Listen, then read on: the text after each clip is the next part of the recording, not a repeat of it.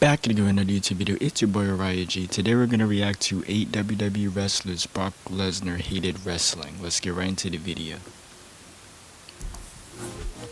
We have an ad to start off. Are you saying you don't respect me? 8 WWE wrestlers Brock Lesnar hated working with. Be sure to subscribe and hit that notification bell for daily wrestling videos and follow us on Facebook for exclusive lists. Also check out our new videos on WrestleMania XL. Number 1, Matt Hardy. And for the most, Matt Hardy actually had a positive working relationship with everyone in WWE. However, when it came to Brock Lesnar, the two had some issues in the ring. According to Hardy on his podcast, one time he was booked to deliver a chair shot to Lesnar and he split Lesnar's head open, and this naturally enraged him. When I came out and I was running as hard as I could, and I swung that chair as hard as I could anyway, because I was going to lay into him. And I caught him with the lip of the chair in the back of the head, and I split his head open with his He hit him in the back of the head with the chair, man. skull. It was brutal.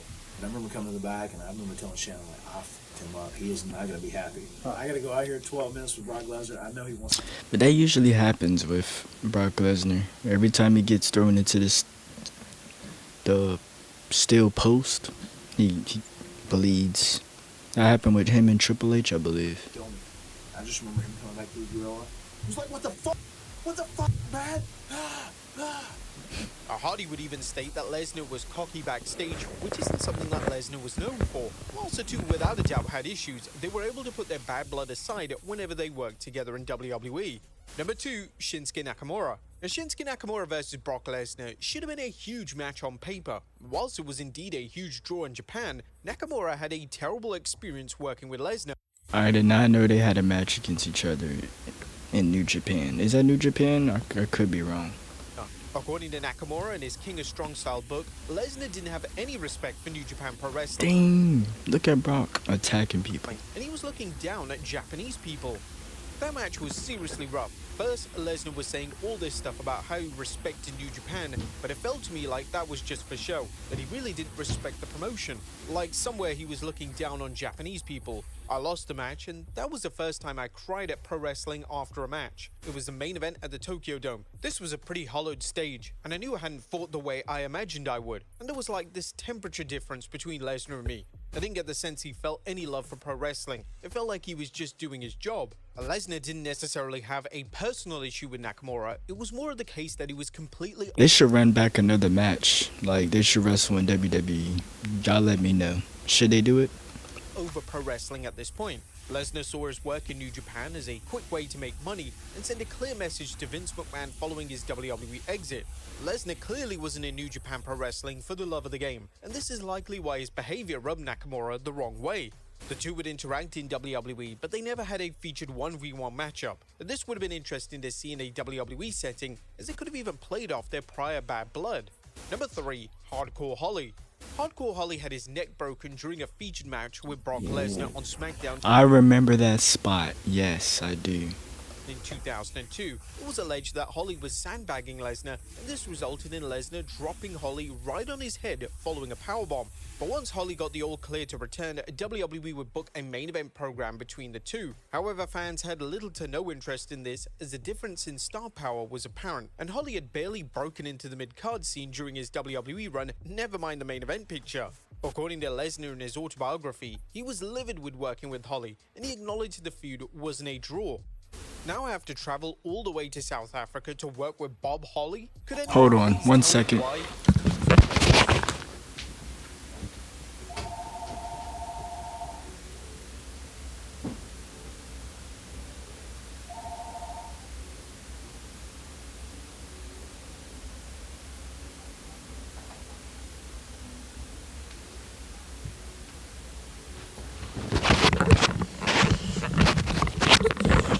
Alright, I'm back. I think I was gone for too long. Nope, I wasn't. I knew no one would pay to see the match. Since I'm not really needed, give me some time off. I really needed the break by this time, but John Laurinaitis told me how much I needed on the card. Against Bob Holly? Are you shitting me? Holly has changed his tune when it came to Lesnar over the years, and even labeled him as a good friend back in 2018. Number 4, Braun Strowman. In 2017... Alright, I already know where this is going. This is that triple threat match, right? Kane, Braun Strowman, and Brock Lesnar. Braun Strowman had, I think, kicked him or something, and it hit it. He kneed Brock a certain way, and Brock got mad. He started hitting him with UFC punches. Yes, I do remember this. Brock Lesnar was assigned to work with Braun Strowman, but this was an interesting pairing as Strowman was rather inexperienced and Lesnar wasn't established for working well with inexperienced wrestlers. For the most part, their early matches and segments were received well. They were booked rather formulaic in nature, but a feud between the two men didn't exactly need to be a Kurt Angle versus Eddie Guerrero style of caliber to work effectively. The problem was that Strowman often didn't know his own strength, and this caused issues between the two men. Strowman was known for being somewhat stiff in the ring, and he wasn't acting in this way intentionally, it was just Strowman getting carried away in the match. When Strowman once again got carried away at the 2018 Rumble, Lesnar had had enough of his antics and decided to punch him legitimately in the head. Seeing as Lesnar remains one of the toughest men on the planet, this must have been a huge wake-up call that Strowman needed. Whilst Lesnar's never reacted like this in a match before, it was said that it didn't completely shatter the working relationship between the two. See, I can understand why he broke character this time. They were able to work together on a number of occasions following the Rumble incident, and it was ultimately a harsh lesson for Strowman to learn.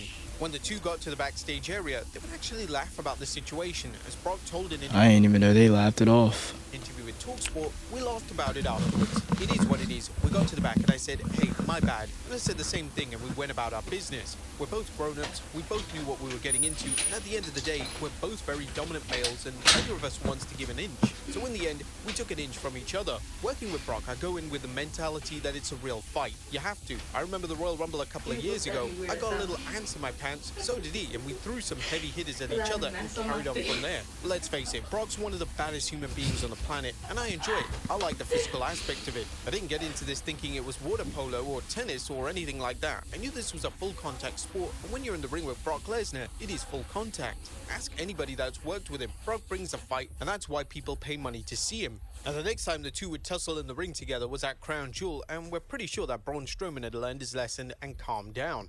Number 5, Chris Jericho. Brock Lesnar and Chris Jericho never had a 1v1 matchup, and the likely reason for this... Okay, so why did they not get along? Let's see exactly why they didn't get along. Let's see. ...is that the two aren't exactly best friends behind the scenes. News related to issues between the two surfaced following SummerSlam in 2016, and it was a news story that dominated headlines and discourse online. The 2016 SummerSlam main event saw Lesnar take on Randy Orton. Okay. Infamously, the match saw Lesnar... Yeah, bleeding, yes. I don't even think this was supposed to happen. This was unscripted, right? Yeah. brutalize Orton with swift strikes to close out the match. Orton would be left bloodied and battered in the ring, and there was some concern that Lesnar had gone off script and had decided to lay into Orton for real. Chris Jericho was outraged by Lesnar's stiff elbows, and he thought that Lesnar was shooting on the WWE legend and someone he considered to be a legitimate close friend. Jericho demanded answers backstage, and when he wasn't getting a straight answer, he confronted Lesnar as soon as he came through the curtain. Jericho and Lesnar had a heated verbal confrontation before Jericho was informed that it was all a part of the script for the match, and everything went ahead as planned. According to a Fightful Select report at the time, the situation was so heated that employees were glad that Lesnar was taking a leave of absence following the matchup.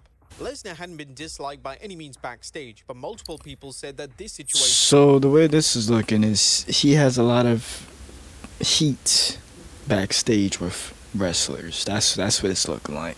left employees all too happy to see him disappearing for a few months. Jericho will not face any disciplinary action for the situation, and he was already well liked backstage. Backstage heat. The feeling among talents is that this was Jericho wanting business to be done the right way and wanted to make sure that talent was protected. It's not expected that WWE will do anything of this nature again unless certain people are made aware beforehand to prevent things like this from going down again. In 2022, Jericho confirmed the validity of the rumors that Lesnar used a homophobic slur towards him, so it's likely that the bad blood between the two is still present. Number 6, Jinder Mahal. Brock Lesnar took one look at the creative plans for Survivor Series 2017 and pretty much said, no thanks. Lesnar was being booked to face Jinder Mahal in a champion versus champion contest, and with Mahal being a jobber literally months before, Lesnar likely believed that it was beneath him to face Mahal. WWE would then... Hey man, I might have to rewatch this match again, because I don't even think I watched this full match. pivot and they would decide to have AJ Styles dethrone Mahal to win the WWE title and subsequently face Lesnar. Oh, they didn't even have the match. Why did I think they ended up having a match? Okay, so this is the time around, I think this was like around January, December, AJ Styles beat Jinder Mahal on SmackDown. Yeah, gave him the forearm, a huge pop in the end. Then they had their match. Brock Lesnar beat AJ Styles. Yeah. Survivor Series. Whilst this was a case of Lesnar flexing his creative power backstage, it was definitely the right call. Lesnar vs AJ was a 5-star classic, and their styles meshed perfectly in the ring together. Now, according to Mahal himself during an interview with Chris Van Vliet, it may not have been the case that Lesnar refused to work with him. It may have been that Lesnar realized that him versus AJ was the better match option. Obviously, there's a lot of misinformation on the internet, right? And the headline came out, Brock Lesnar refused to work with Jinder. I don't think he refused. I just think he pitched for a match with AJ because stylistically, it's a much better match. Me and Brock are both heels. Who's going to put heat on who? I still think it would have been a good match because the physique he had at the time, I mean, but if you want to be realistically, what the fans probably would have wanted is Brock versus AJ. I probably would have took that match instead, preferably over the Jinder Mahal one. It's going to be a flat match, right? It would have just been him suplexing me a bunch of times, maybe Singh Bros get involved. But the match he had with AJ was phenomenal. It was. No pun intended. Fans often have to wonder what the Lesnar versus Mahal match would have looked like, as Mahal is indeed correct. It would have been a heel versus heel match, and the dynamic wouldn't have worked. Number 7, Matt Riddle. For the longest time in WWE, Now I do know that they don't get along. I heard about that.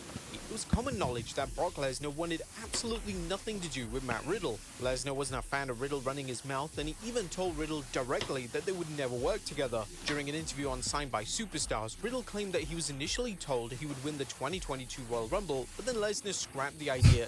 What if you could taste the Come on. cookies? An ad.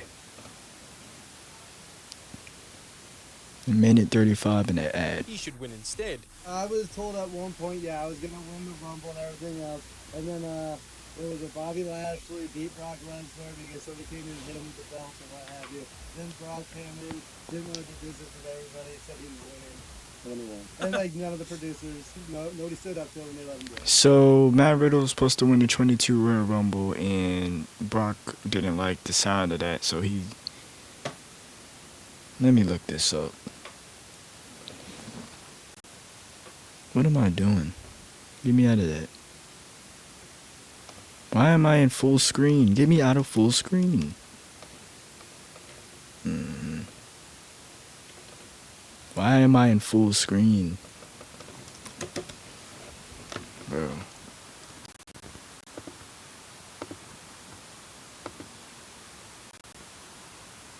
That's what I'm saying. Like, I'm in full screen. And rest in peace, Prince. Showed Prince. Rest in peace, Prince. Like, bro.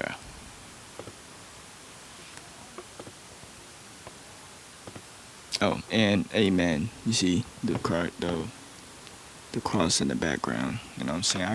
I got a good background. But besides that, I'm trying to look MSN over here. Okay, yeah. The cross is in the background. Yes. Nice background. Okay. I try to, when I record my videos, I try to have a good background. The heck is going on, man? All right. 2022. This is what we're trying to look up. 2022 Royal Rumble winner. Okay. Wow. So yeah, Brock won. I should have remembered that. Brock won that. So he took his spot. Let's continue. Right. I didn't either. I'm like.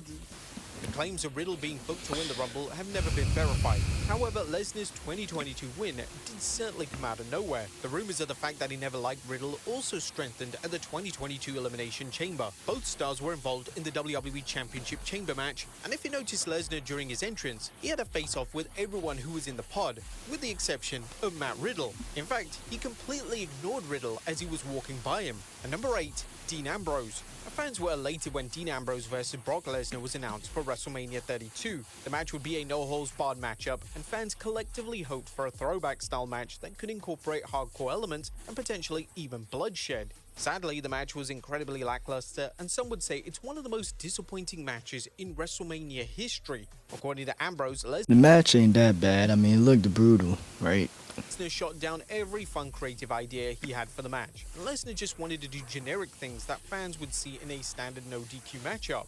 The former WWE champion would go on to call Lesnar lazy, which definitely ruffles some feathers within WWE. Should Ambrose have shared these comments publicly? Well, that's up for debate, but the former WWE champion has never been one to shy away when it comes to his opinions. But Paul Heyman would clap back at Ambrose and decided to take aim at Ambrose's... 1 second.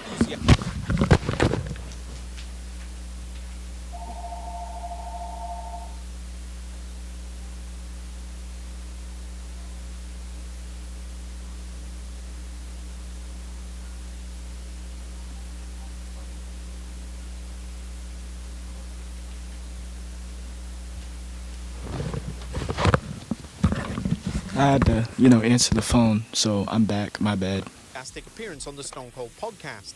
Whilst Heyman usually has his way with words, fans firmly decided to side with Ambrose, as Ambrose was right. The match was a total letdown and didn't warrant a space on the WrestleMania 32 card.